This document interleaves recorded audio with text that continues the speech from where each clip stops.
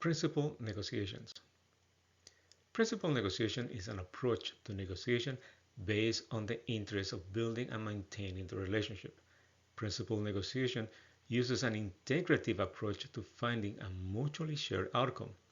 This is a concept that is based on the book Getting to Yes by Roger Fisher and Bill Urey.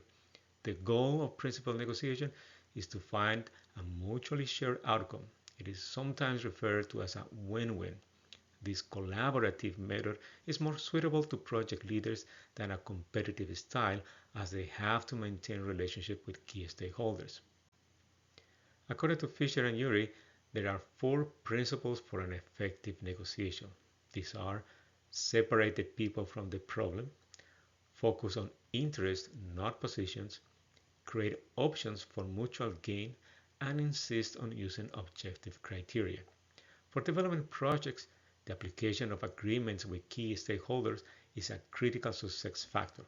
Much of the project work will not be able to be accomplished without the cooperation and participation from key stakeholders. Using these principles will ensure that the relationship will improve with agreements that satisfies both parties' interests and are fair and lasting. People tend to become personally involved with the negotiation process, so it's natural they will tend to take responses to their issues and positions as personal attacks. Separating the people from the issues allows the parties to address the issues without damaging the relationship. It also helps them to get a clear view of the goals the negotiation is trying to address. Negotiation can be a frustrating process. People often react with fear or anger when they feel that their interests are threatened. People problems can be difficult to address. The authors recommend these actions. It's important for both sides to understand the other's viewpoint. Each side should try to make proposals which will be appealing to the other side. Acknowledge the fact that certain emotions are present. Symbolic gestures, such as apologies or an expression of sympathy, can help diffuse strong emotions. Parties should employ active listening. The listeners should give the speaker their full attention, occasionally summarizing the speaker's point to confirm their understanding. People problems are less likely to come up if the parties have a good relationship and think of each other as partners in the negotiation rather than adversaries.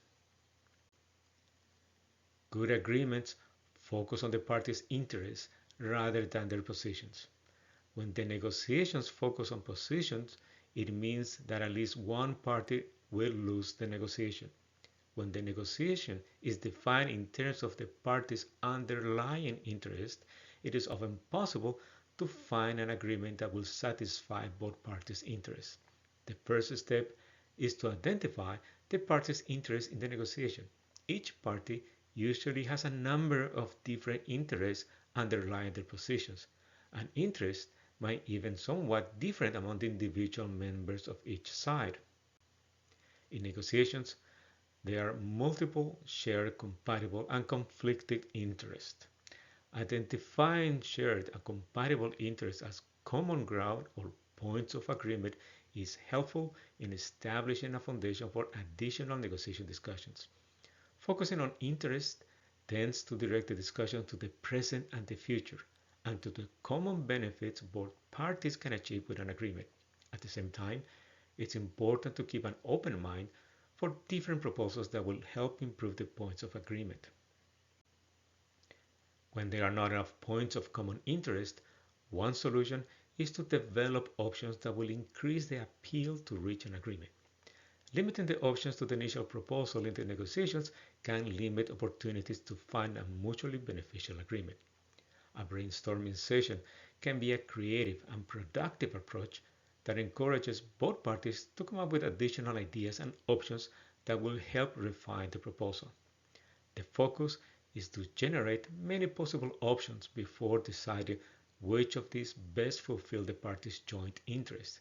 In developing options, parties look for mutual gains. When the parties' interests differ, They should seek options in which those differences can be made compatible or even complementary. Each side should try to make proposals that are appealing to the other side and that the other side will find easy to agree to. Proposals are easy to agree to when they include options that make it more acceptable. When interests are directly opposed, the parties should use objective criteria to resolve their differences.